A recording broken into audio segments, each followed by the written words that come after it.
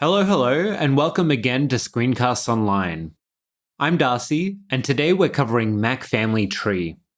Developed by Syndium Software, MacFamilyTree is an extensive and highly detailed app to log family histories.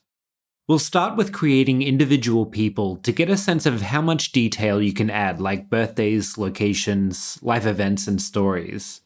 Then I'll show you how to link relatives together. After this, there are numerous options for viewing data in reports and lists, as well as exporting it in the form of books. You can even create reports on people using data linked to them. While the initial price can be seen as a steep entry point, I think you'll realize after this video that you really do get your money's worth. For anyone interested in giving it a try, head over to their website to download a demo version where you can play around with it yourself and see if it's for you. On opening, we're given a menu. The big area on the right shows trees you've created. There's a sample tree here that we'll be exploring a little later on. To the left, we have 4 options. Starting at the bottom, we have Open Cloud Tree Web. This is a service that lets you edit family trees shared with you from MacFamilyTree or MobileFamilyTree. Open Manual. This will be your Bible for any questions you have while working on your own tree. You can also access it by selecting Help in the menu bar, and then Open Manual. Import GEDCOM. GEDCOM is a file type specifically for working with genealogical data. And New Family Tree, which I'll select now. This is our new project. There's a lot to take in, but we're going to chip away at it one by one. Starting with adding our first person. After we have some data in our project, a lot of these tabs will start making more sense. Over on the left sidebar, we're going to select Interactive. This particular field is the best place to view all our people and connections as we work on them. There are no persons present, so I'll click Add First Person.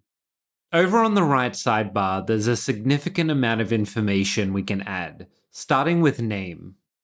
I'll type Darcy Schwarzenegger, Dr. the First, and we'll keep the entry as male. Next, events. Events can be anything that happened in a person's life that's noteworthy. There are 5 fairly standard events we can add, but click the drop-down menu to see many more like graduation, immigration, and retirement. Click on Edit Person Event Types at the top. Here we can disable events from the list by deselecting under the Enabled column. To the right, we can select any that we want to appear as a default option when adding a new person.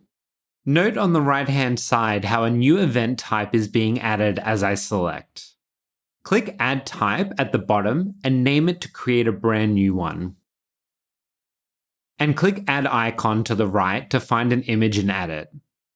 I just downloaded the Apple bicycle emoji online and it seems to work. Now we can connect media to this person. We can add photos, PDFs, videos, audio, or web pages.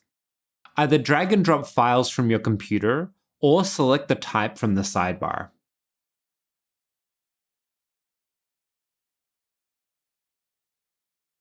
We can add facts about this person, things like eye and hair color, height,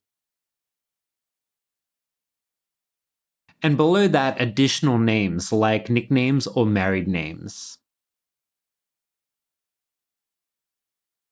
As with events, you can add more types of facts or names by choosing Edit from the dropdown. There's an area for any kind of notes related to a person.